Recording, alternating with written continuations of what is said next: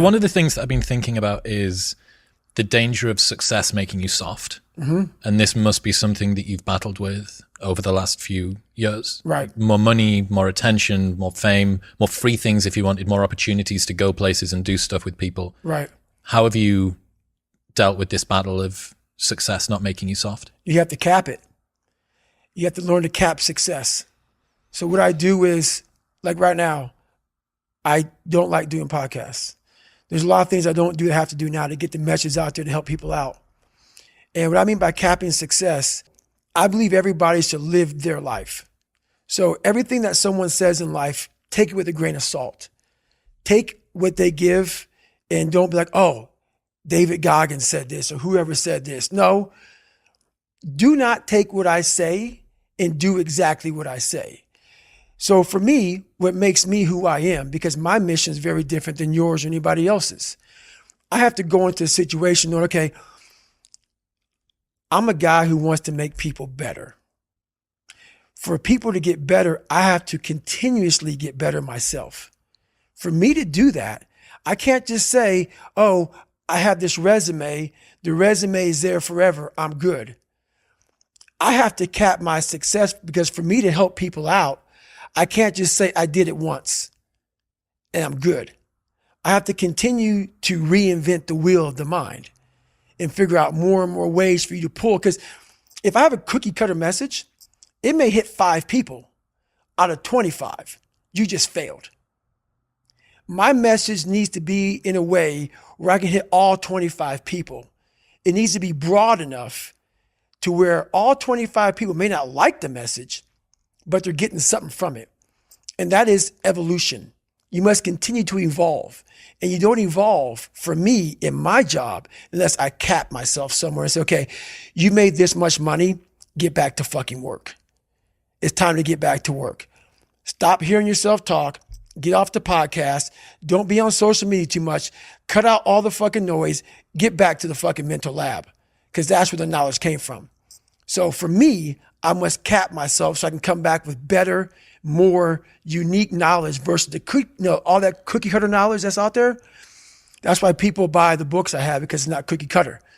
It's real knowledge. The other thing now is when you first started, you were a lone ranger. Right. Nobody really knew who you were outside of some obscure endurance places and half-heard truths of these weird myths. Right. But now you've got people's expectations layered on top as well. So not only have you got to deal with success potentially making you soft, so you've got to cap that. You've got to say no to more money and opportunities and cool people. Right. You've also got this extra layer of expectation that's coming through from other people too. And I think that you talk about trained humility in the new book too. I've got to presume that that fits into this equation. Right. It fits in big time. And that's one big reason why I do fight fire. Because all the knowledge for myself comes from that place. It doesn't come from the place of success. My knowledge does not come from the place of, because for me, like, I built Goggins from the ground up. I was born David Goggins. David Goggins wasn't good enough. He was a scared, bullied, abused kid who struggled in life. And that kid, whenever something got tough, no matter how hard I trained, no matter how ready I was, whenever something got tough for me, David Goggins, the real David Goggins, would come out and he would quit.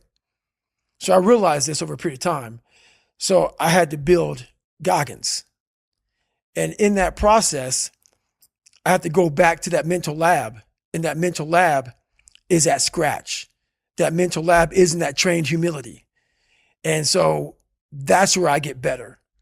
I get better when I'm digging holes in the ground, when I'm waking up early knowing I don't have to do these things. That's where I get better. So it's important to stay hungry. It's important to stay hungry, but it's important more to stay humble within that hunger. So while you're hungry, a lot of people are hungry, but humility is everything.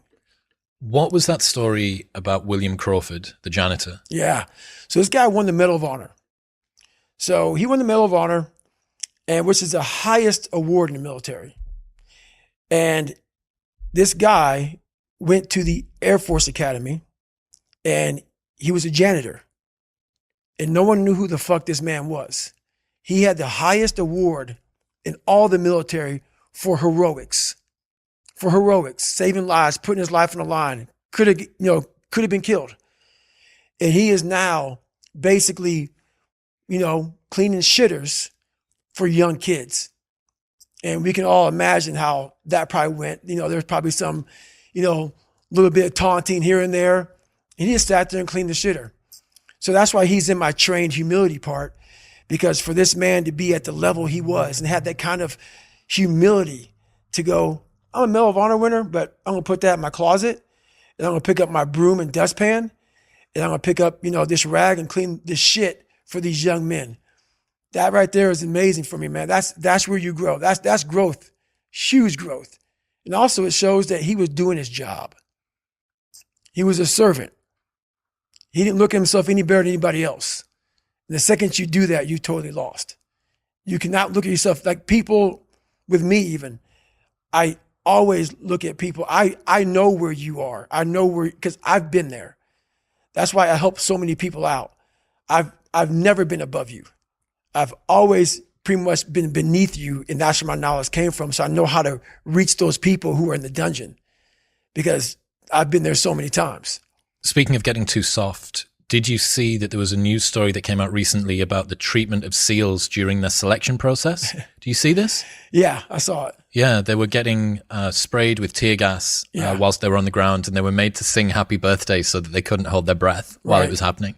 Right. And there was a quote from this guy. I think this type of training is really senseless, said Sven Hjort, a Duke University associate professor who studies tear gas and its effects. It looks more like a form of hazing. Right.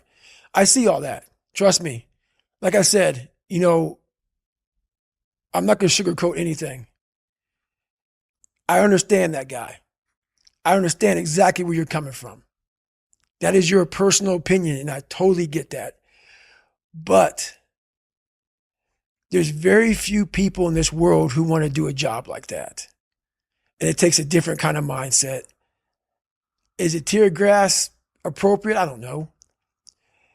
How hard that training is, I don't expect anybody to understand it, but 1%. But the loud voices of this world are the 99% who don't understand exactly what you have to do.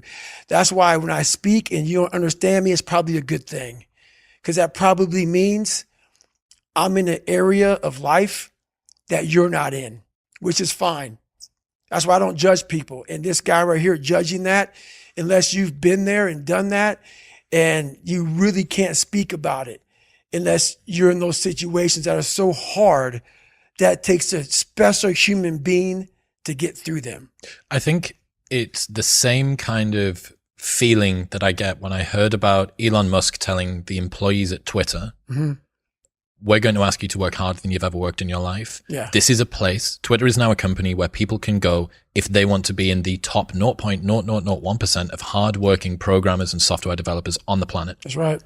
And everybody was up in arms. This is unbelievable. We're going back to this old version of capitalism where the worker is being abused and used and thrown away.